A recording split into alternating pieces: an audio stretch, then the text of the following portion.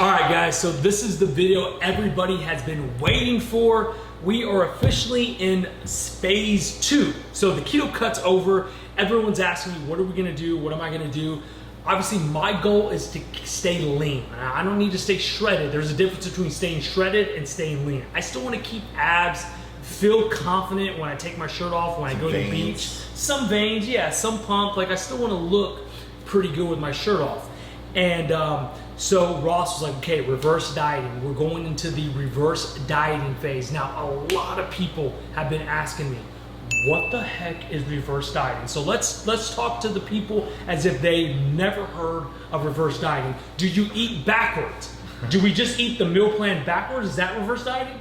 No, you actually, so typically when you eat food, it goes to the mouth first. Oh, okay. So in reverse dieting, you're going to do the opposite of that, and you're going to go. You feed. Yes, you feed from the opposite end. Yes.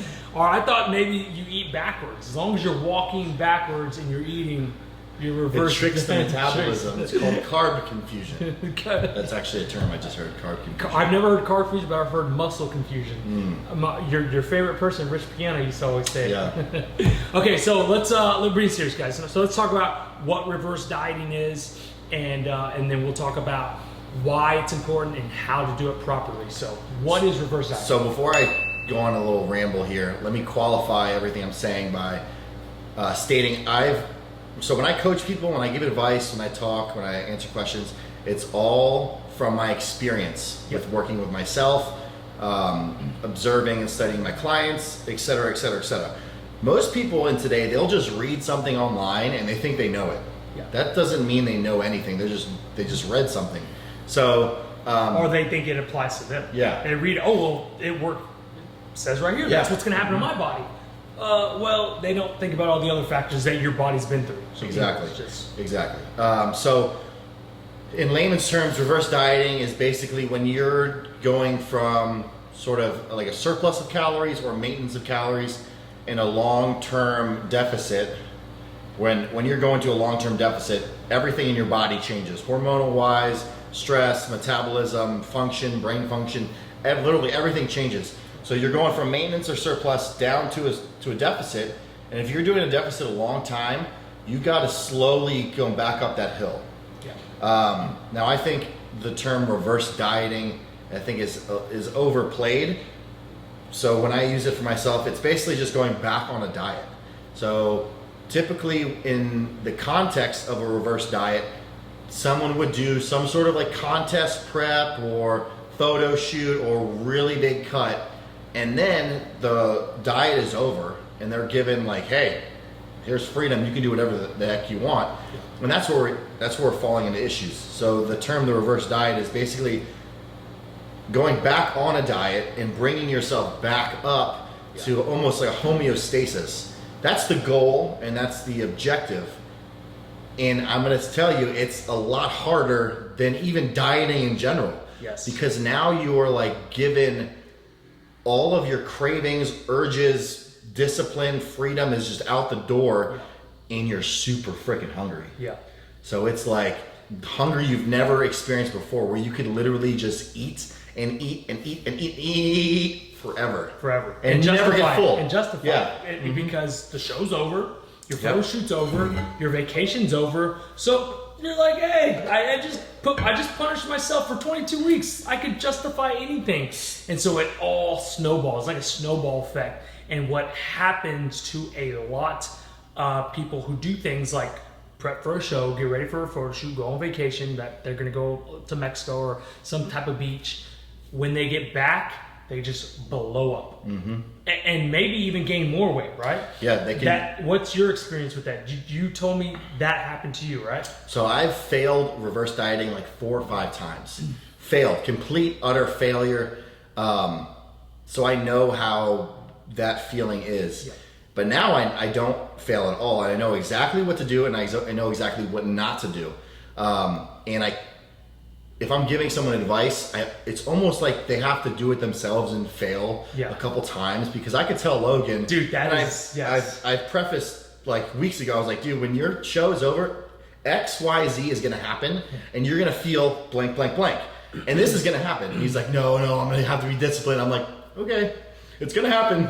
So then he texts me like, hey dude, can't stop eating. Yeah. Can't stop eating. Told you. Yeah, it's funny. He's so right. The only way for me to learn how to do this reverse dieting correctly is to go through all my failures. That have already happened. So we're officially 5 days into the reverse diet, and I've already had like 3 bad nights where I just can't stop eating. Now, what am I eating? It's keto cereal. Now, that's me justifying. Do you hear Do you hear what I said? It's keto cereal, right? So I just justified it. But if you notice, I didn't eat any of that processed junk during my keto cut, right? And so I'm going through a bag and a bag and a bag of this keto cereal, this keto ice cream, and I can't stop. I can't stop eating. And one bag turns into, I'm working on the next flavor because I want to try that out. And I want to try the next flavor. So I got 3 bags of cereal literally open on my kitchen table. I'm dry scooping because I ran out of almond milk, and I'm dry scooping cereal. That's how like obsessed I am, and how I can't control the hunger. And and Ross is exactly right. Like you almost have to just go through it, fail, and learn. Okay, so like right when you said that, that resonated with me. It's like, okay, I know what I should do. I should get rid of that damn cereal. Like just get it out of my house so I don't make this damn mistakes, right? So yes, it's very hard to control your hunger after a diet because your body's also pretty sensitive. It's so sensitive, right? I mean, yeah. I've been in a calorie deficit, which means a lower amount of calories of what I burn throughout the day for maybe 18 weeks. It didn't really probably start off. We didn't probably start off in a calorie deficit, but you know. It was a 22-week long diet. At least not food wise. Yeah. We had cardio, so maybe we were. Yeah, true. Yeah, the cardio did hurt. So, long story short, we were eating very low calories for 22 weeks, along with high cardio, and your body's pretty sensitive. So you just giving the green light to eat whatever you want is a recipe for disaster. So let me just stay on the topic of like failures. So it took me 4 or 5 times to figure out what I can't do and what I can do. What I can't do is after my show, I can have like one meal that's shitty and I don't even enjoy it. But after that, I just literally cannot eat out at all because my body is so sensitive to sodium, water, carbs that I'll just inflate like a balloon. I'll be super uncomfortable and it's just not a good thing. So I don't even eat that. And my diet, I go right back on a diet. And the only thing I'll do is I'll inflate some calories with Gaines Bakery baked goods. The ones I can have are, we have these chocolate zucchini muffins that are so voluminous of food, but so calorie sparse that it controls and stops my hunger. And that's sort of like what I can do. I can't really eat a bunch of cookies because those are the opposite of that. They're calorically dense and they don't, they're not a lot of volume. Yep. So that's how I do it. Logan's gonna have to figure out how. I'm learning right now. Yeah. I'm learning right now what to do. I mean, it's the same thing is happening every day. I start off really well in the morning, obviously, egg whites, sticking to my meal plan, which I am on a meal plan, guys. So even though the keto cut's over, I'm still being coached by Ross for this reverse dieting. But at night, come like the last 2 meals on my meal plan, it just goes to crap. I'm like, I just want to have this. And that could probably be something mental going on where he's like maybe sitting down and doing computer work and editing videos where he's not as busy or occupied as if in the daytime. I'm not here. Like right now, I'm not at home. I haven't been at home all morning. It's been a very busy day. I hadn't even had time to eat. But when I get home and I'm with the girls and the family, and it's family time, you're stuck in that house, in that kitchen, and there's keto treats everywhere, and companies are still sending you stuff, and you're doing an unboxing, and you're just like, you just want to eat it. So I'm learning right now. Again, there'll probably be a part 2, part 3 to this, where I'll share my lessons that I've learned, but that is what reverse dieting is. I want to add one thing. What he's experiencing is not a failure. He's not failing. This is just natural, a natural occurrence. If he was starting to feel really guilty, self-conscious, and full of negativity, that's an issue. Because we can't control that or fix that as fast as fixing his hunger. So like, for people that don't know, years and years and years ago, I had a horrible, horrible eating disorder, and it was filled with binging, purging, and negativity. It was just a vicious cycle, and over the years, I figured out what I can eat and how I can eat it and what I can't eat. So what he's experiencing is not a failure, it's just part of the process. Yeah, so that's what reverse diet is. We talked about why it's important. Obviously, you're body sensitive, you don't want to gain all that weight back. It's happened before. Ross has failed many times. And when you mean fail, is that like, so like you gained a lot of your fat back? Is that what you mean? Like, what is failure to you when it comes to failing on a reverse diet? Mostly self-control. Even though I just said it's not failure or negativity, it's you're doing this for 20 weeks, 4 or 5 months of having super disciplined actions and a lot of self-control, and now it's like, now you're, hey, control yourself. So it's a little, it's hard to do. But when you're super sensitive, all that water, sodium, is going to make you inflate. And when you inflate, you're going to have maybe some health conditions, heart conditions. You can get puffy face, water retention. You can have kidney issues, heart issues, all these types of things. So when you're going from one extreme, which could say is unhealthy, to another extreme, which is even less healthier, now we're just talking about health concerns, which is not good. We talked about what reverse dieting is. We talked about why it's important, and we talked a little bit about how to do it, but now we really want to dive into like, how does someone get started doing the reverse dieting? Like, so someone messaged you, Ross, I too did the keto cut with Logan, and I got great results. What do I do now? How do I reverse diet? Like, what do I got to do? So I would recommend to this person to keep everything the same as much as possible. So if you were waking up at 6 o'clock in the morning and doing cardio, continue to do that. Maybe not as much. Maybe if Logan was doing 60 minutes in the morning, I'd knock it down to 30. Same routine. If you're eating 6 meals a day, continue to 6 meals a day. If you were eating, working out 5 days a week, drinking water, et cetera, et cetera, et cetera, try to stay in that homeostasis. But you want to slowly increase calories. I told you that Ross gave me a new game plan. I'm still being coached by Ross. We're in phase 2. It's not called the keto cut. It's now the reverse dieting series. I don't know. I'm not sure what I'm going to call it, whatever series that we're on. But the phase that we're in right now is the reverse state. And so I'm still checking in with Ross. Today's Thursday. I got to check with him tomorrow, send him pictures, send him how I'm looking. He'll either give me an update or not. But the meal, it's still 6 meals a day. It's still egg whites in the morning. It's still chicken for our second meal. It's still ground beef for our third meal. There's still creatine. We're still taking creatine, regardless if we're cutting or not cutting. We're still tracking our salt. We're still tracking our water. What's different though? The amount of food is different. So we're getting a little more food, and he's given me some leverage as far as like, hey, you can have a keto snack on meal number 5, or you have on Sunday night one room for one cheat meal or whatever. He doesn't call it cheat meal. He says free meal, which I like. You don't use the word cheat. One free meal on Sunday or whatever you want to do. And so that's how things have changed. I also still have cardio. Still have cardio in the morning, guys. I know I thought cardio was going to be over with after the keto cut. Nope. It's just obviously a lot lower and hell of a lot easier. He's got calories. Hell of a lot easier. I'm like 30 minutes goes by. I'm like, oh man, we're done. Wow. I could easily keep going. It wasn't how cardio used to be. Like, when is this going to be over? 5 minutes? Are you serious? We've only been on here for 5 minutes where I'm just dead because my body's just tired. And this is totally side topic, but doing these large cuts, calorie deficits, cuts, bodybuilding shows or whatever, and then doing the reverse of that just really awakens you up to the power of food, like how it can change your life. So if you're struggling with sleep, you're struggling with energy, you're struggling with XYZ, always look at your diet.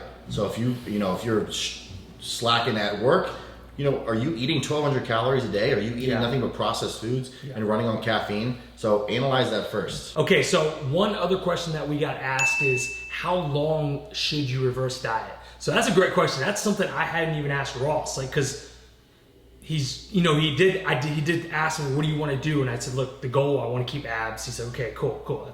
I need to know that. All right, boom, boom, boom, here you go. So how long do you think a person should reverse diet for. So if the cut was 22 weeks, does your reverse diet need to be 22 weeks? I don't think so. Okay.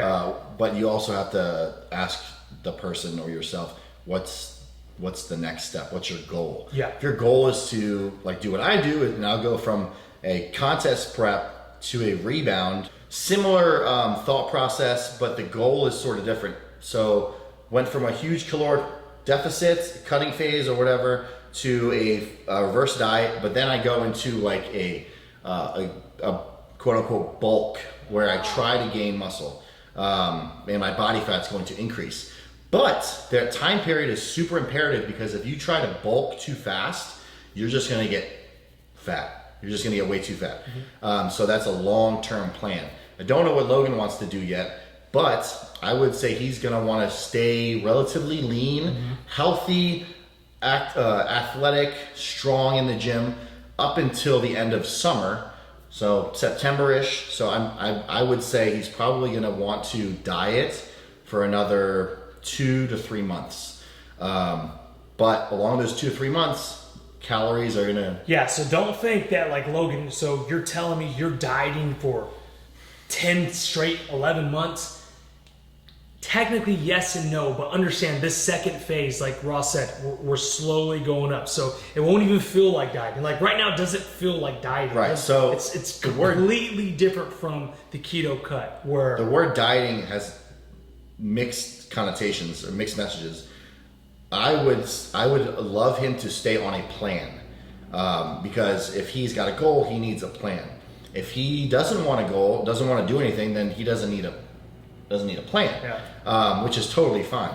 But if he wants to go, if he has long-term goals, years from now, months from now, I would recommend him stay on a plan. That plan does not need to be super strict, but it needs to have guidelines and recommendations and things that'll help him achieve his goal. I like that. So there you go, guys. Depending on your goals will determine. So my goal is stay lean, stay strong, look great with my shirt off, and we'll go do that till the end of the summer and then reevaluate what's next. Because I know everyone's been asking, are you gonna bulk? Are you gonna bulk this year? I don't know. I as of right now, it's a no. I mean, dude, look at these veins right here. You can't see them, but just like, I'm veined out right now. I think if I was giving him like business advice, staying lean is the way to go. He looks better. Looks healthier, more vibrant. He's got more pop. He now has, the aesthetics, so he can take his shirt off, do different marketing shots. Yeah. So business-wise, I think it's always good to be a little bit leaner. Yeah, and I agree. I like it. I love the way I look right now. I love seeing the cut still, like looking great without a shirt.